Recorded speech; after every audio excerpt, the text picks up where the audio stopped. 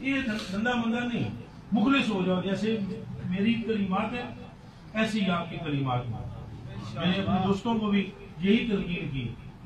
آج اوپر ایک مسئلے پر ڈسکس ہوئی ہے، چلو بتلا ہی دیتا ہوں آپ کو. حاجی صاحب غریب نواز اور پرویز صاحب قبلہ کو میں اوپر لے گیا کمرے میں گھر پہ اپنے، کیونکہ آج گھر بچے نہیں ہیں ہمارے، تو میں ان کو اوپر ہاتھ پکڑ کے اوپر لے گیا. اور یہ اچھے بھی مجھے بے پناہ لگتے ہیں، سارے ہی اچھے لگتے ہیں، لیکن جہاں چٹیاں داڑیاں والے وہ چوکھے اچھے لگتے ہیں.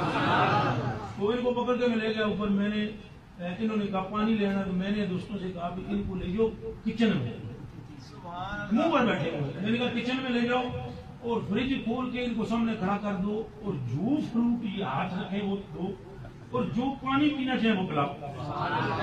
اچھا اب یہ تھوڑی دیر کے بعد میں اندر آیا تو کوئی تھوڑا آم ایک کٹا ہوا تھا، کوئی تھوڑی دو چار خوبانیاں اور فروٹ جو ہے وہ اتناول فرمانے لگے تھے. ایک دم میرے ذہن میں خیال آیا کہ حاجی عبدالحق صاحب تھلے ہوئے، تو یہ بھی بڈھے بزرگ.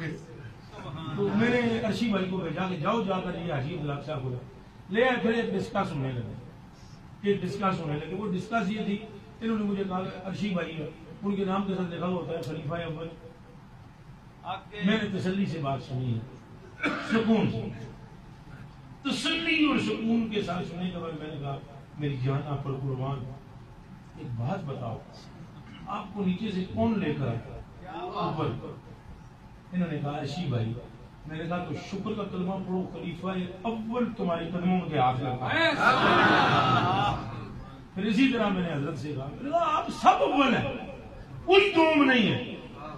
ادھر خلافت خلوت کا چکر ہی نہیں ہے.